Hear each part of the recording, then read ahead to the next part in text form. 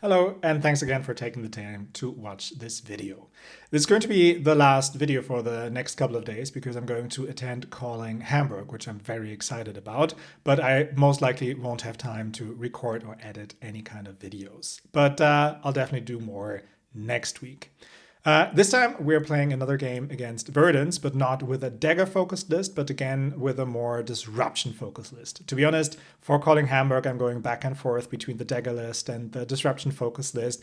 I like both, and I'm really uncertain what to play. So I'll play one of both lists on Friday during side events and see how it feels, and then go with the flow for Saturday. But let's take a dive into the game.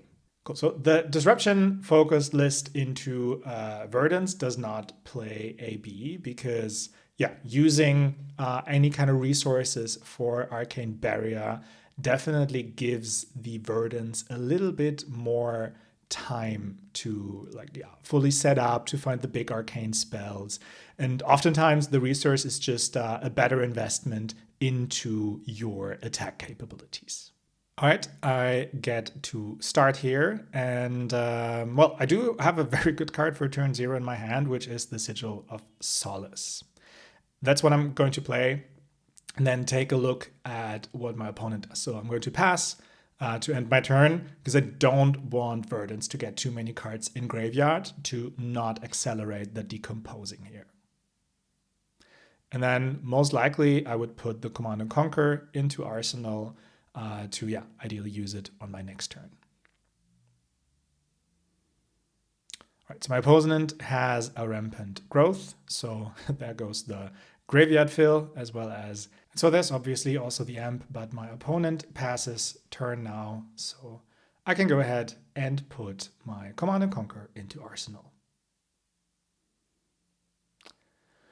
So my next hand definitely has the option to A, present some disruption, and also B, ideally maybe even draw me a card. Which I now just noticed was that it looked like my opponent did not have a weapon here, but they do actually have the Surgical Aethertide. And Verdance comes in with a Command and Conquer. That obviously changes things for me because I cannot play this as I had thought. So I need to block with 2 cards here, probably using the Shred and the Mark of the Black Widow. So this allows me to use the Persuasive Prognosis to pitch into the Command and Conquer myself, and then put the Savor Bloodshed into Arsenal. I think there's also an option to put the Mark of the Black Widow into Arsenal for more disruption. But I like the damage plus eventual card draw from Savor Bloodshed because ideally, like if it works out, it's 4 damage plus eventually, like 3 or 4 more damage depending on the card draw. Sometimes obviously a bit less. So I think there is an argument to have both. Okay, so Verdance is immediately giving me the Crown, also using a mental block to soak up 2 more of that damage. And obviously using the Crown of Providence to filter the Arsenal. So Verdance is taking damage and still, well, she got the Ponder. But also we were able to get rid of Crown of Providence on turn 2, which, given there is more Arsenal disruption from Mario to be expected, this feels good. So here in the end step, Verdance decides to use the Storm Striders, pitching a Sink below, only playing a Ring of Roses. I have no idea if that is a play you should do as Verdance. Maybe if you're a more experienced Verdance player, maybe you can let me know in the comments. Maybe she did not have much options to play the Healing Potion as well as the Ring of Roses, and that was what she tried to do here. But I mean, I'm fine with the Storm Striders gone. So here I play the Savor Bloodshed first, use the Art of Desire to pitch into the dagger. And then depending on what happens, I can, either use the Tarantula Toxin here on the Hunter's Clave and obviously flick the other Clave. I can also then afterwards use the second resource from the Tunic, for example, to come in with the Command and Conquer. Okay, so my opponent does not block. I flick Knives. And then I should probably also use the Tarantula Toxin here for 3 value. I mean, it's always better to use it on an Orb-Weaver Spirit, on a Chelicera. But yeah, at the end, I can only work with what I have right here, and I don't have a Chelicera yet. That also saves me the Stains of the Redback then for Arsenal, and I'm presenting 8 damage here. Okay, so my opponent does not block, so we get to draw from Savor Bloodshed, and it is another Savor Bloodshed. So that makes me think, I definitely don't use the Tunic resource now because I don't need to IP myself, but I could use now either the Stains of the Redback or the Savor Bloodshed to pitch into the Command and Conquer. But again, I want to prioritize the Savor Bloodshed here and put it into my arsenal. But here come another 6 damage towards my opponent. No Crown Providence anymore. So it's either sack the arsenal and take 6 or block with at least 2 cards. The Verdance blocks with an Enlightening Strike and a Destructive Ether Tide. So I get to arsenal my Savor Bloodshed. So it's Arakni Trapdoor. And given that obviously Verdance has a lot of arcane spells, I still decide to use the Trapdoor here to get the Inertia Trap. I mean, there's a chance that I cannot use it here, but in case this is, like a tree or like a felling or like one of the other attacks, then I could definitely make use of it. But here at the end, it was only arcane. So here my hand can definitely be played in multiple ways. I probably want to use a Tunic resource and the up sticks and run to get the Clave back because I have another Savor Bloodshed. And so what I can do now actually is to use the Take Up the Mantle to pitch into the Clave that would come in for 9. I can flick the other dagger and potentially draw another card. And then afterwards I can go into Persuasive Prognosis plus just a Nick. I mean, at the end, that banishes card for Verdance to get closer to the 8 she needs. But given she does not have anything in banish right now, I think it's probably the right decision. What I need to do is I need to kill Verdance as quickly as possible before she comes alive. And so that's the way to go here. Also would give me some life eventually. So now here obviously comes the Decompose. So Verdance starts to get cards into banish, but I still want to do the Persuasive Prognosis plus just a Nick here.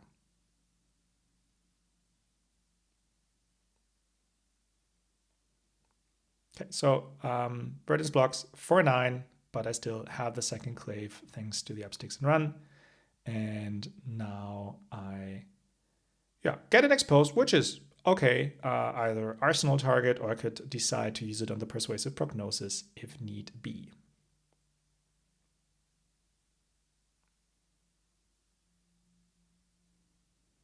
I forgot to close the chain here, and that's definitely like something you always want to do when Stonewall Gauntlet is on the chain. Otherwise, your attack comes for 1 less. So closing the chain, Persuasive Prognosis for 1. Opponent blocks with the Bark Skin, but I have the Just a Nick to go over it. And even if there's now like another D-React for 4 coming in, I could use the Exposed if I want. But it's not coming, so that's my arsenal target. And with Just a Nick, we hit an Enlightened Strike, and with Persuasive Prognosis, we do hit a Blue Fruits of the Forest, but my opponent only has Enlightened Strike, Channel Millennium Tree, and Rampant Growth here. So no option for me to, banish one of the cards. Probably should have done it the other way around, right? To trigger the Persuasive Prognosis first. That would have allowed me to banish one of the red cards in the hand. But you never know. I mean, Verdance plays a lot of all colors. So again, another dagger favorite hand, and also eventually the chance to play a CNC out of the Codex if played right. Given I have 14 live lead, I could really think about taking the damage here.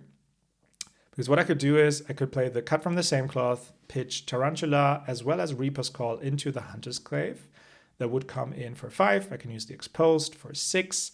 and then Codex of Frailty, have 2 resources floating, and then come in with the CNC.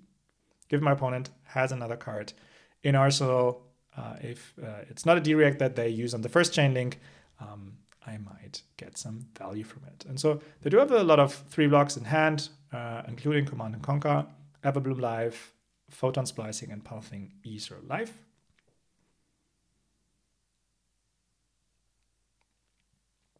So ideally, if they would give me 2 block already on the Hunter's Glaive, that would be amazing.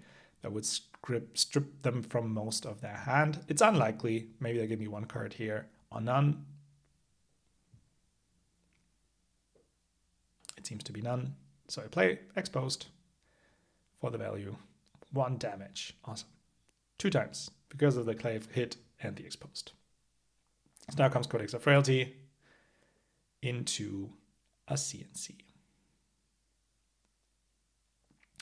Probably, given the way I pitched with the Tarantula Toxin first, they could have foreseen that this might be a CNC play. But yeah, it was the only option, given I did not have the Tunic. So here comes CNC for 6. Good. The block with Pulsing Ether and Everbloom. So very likely that they are going to play the Command and Conquer. So depending on what I draw, I can think about not arsenaling. I mean, still 6 damage I would take, but it would not remove the card. Given it's a cut from the same cloth, which I really like playing, I decide to keep it in hand. And yeah, to be expected, it is the Command and Conquer here. So probably taking 6, and what I can do then is cut from the same cloth, save a bloodshed, Kiss of Death, that would be 11, discard the Reaper's Call for 14 in total, plus lose a life on the red back. But actually here I decide to use the Mask of Deceit and transform into Black Widow. Yeah, not entirely sure if this is needed here, because I would be presenting a lot of damage anyway. But yeah, at one point I need to use the Mask of Deceit, but there might have been better options to use this, because now I come in for less damage because I kind of want to force the Black Widow trigger here, right? What I want to do is likely now discard the cut from the same cloth for the Black Widow. But here, my opponent already gives me the whole hand, including 3 trees in total, 2 Channel of the Millennium Tree and 1 Felling, and a Cadaver's Tilling. I mean, they were not have been able to do much with the hand anyway, given the resources that were not available. So yeah, probably the right thing to do here. And I should decide to not do anything, but put the cut from the same cloth in Arsenal and go for my next turn. So yeah, it seems like the Black Widow trigger here was, the Black Widow agent was a bit wasted here. But so I have the pump, so I definitely want to use that, pitch into the Hunter's Glaive with the Reaper's Call. And they have another Cadaver's Tilling, 2 fruits, and a Plow Under. Yeah, so you're coming in for 5. Then there are, well, some options, right? I could, for example, use the Persuasive Prognosis next to, it would come in for 2 on hit go again. If they block this, I have the option to use Snapdragon Scalers and then come in with a CNC. Ideally for me, they would not block this and just like take 2 and get a card ideally banished also from hand. But given I'm quite far ahead with life total, I would be fine using the Snapdragon Scalers here to push 6 more damage and yeah, make them at least block with 2 cards or get rid of their arsenal. So here comes the Cadaver's Tilling. I go for the Snappies and use the Tunic resource for Command and Conquer, putting the Codex of Frailty into my arsenal. I mean, there is some likelihood that I'm not going to get to play the Codex, as they have a Plow Under in hand. And here they play Rampant Growth for 1 life. So I don't get to hit anything in Arsenal, but they're going down to 10. So maybe there is a world where I should not put the Codex of Frailty into Arsenal. Yeah, but yeah, that's also what I'm doing here. So Plow Under does not have a target here. My next hand is a bit awkward, especially given I don't have Snapdragons now anymore.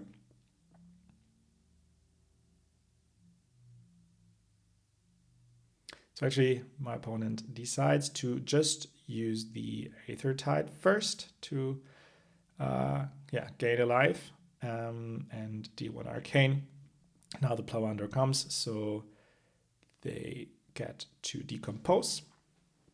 Come in for 6, but given I'm quite ahead in life, I take this because this allows me to play up sticks and run using the Codex to pitch, and then come in with the Leave No Witnesses for 4, putting another Leave No Witnesses into my arsenal. Opponent doesn't block. Maybe there's a D-React coming, but no. Going down to 6 life. Now, another Leave No Witnesses coming in for 4.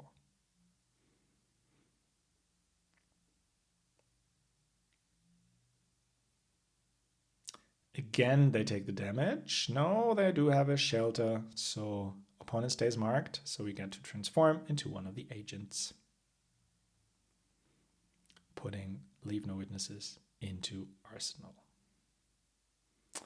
It's quite cool that we were able to transform into Tarantula. I don't like this agent mid-game much, but in the end game, this can be pretty sick, especially together with a Pain in the Backside. If that hits, that would be coming in for 5, 0, 4, 5. We also have a Dagger Pump. We have Leave No Witnesses. We do have a Blue to pitch. And we also have a Codex that, well, in theory, we could discard. We definitely want to use the blue to pitch into the upsticks and then into the clave to retrieve one of the daggers, because that, with Tarantula, is 2 additional damage. So there's a lot of damage coming at my opponent. So we start with the Pain in the Backside here. To kind of like force the first block, because I think this is a must block card, right? Because if they don't block this, they go down to 1 and they are basically dead to any flick if they do not have prevention. I mean, yes, they still have the healing potion, but I don't even know if that's an instant or an action. That should be an instant, right? So they could pump up. And I actually use the Bark Skin for the embodiment, but they're also taking 4 damage here. 2 from the Pain in the Backside, 1 from the Clave, and then 1 from the Tarantula. Going down to 2 life. So next up is Upsticks, pitch, Mark of the Black Widow for retrieve. Because if they don't have prevention in their hand, they're technically dead, if not for the healing potion. But then they also need to play around the damage that I'm presenting, and I still have the Leave No Witnesses in Arsenal that I could use afterwards. So, and also I can use the Tarantula to buff this by 3 if I discard the Codex of Frailty. So technically this is coming in for 8. So they're just blocking 4 here with the Light of the Leaves. So I'll test things out, flicking the dagger if there's no prevention. Verdance is dead here. So not sure if my opponent really understood the end game here with the Tarantula. But yeah, I won this game. Most likely not the most common Verdance game. But yeah, feels good. Let's see how we cope at Calling Hamburg. I will tell you afterwards. Thanks for watching. And if you have not yet subscribed to the channel, please do so. Take care and see you soon.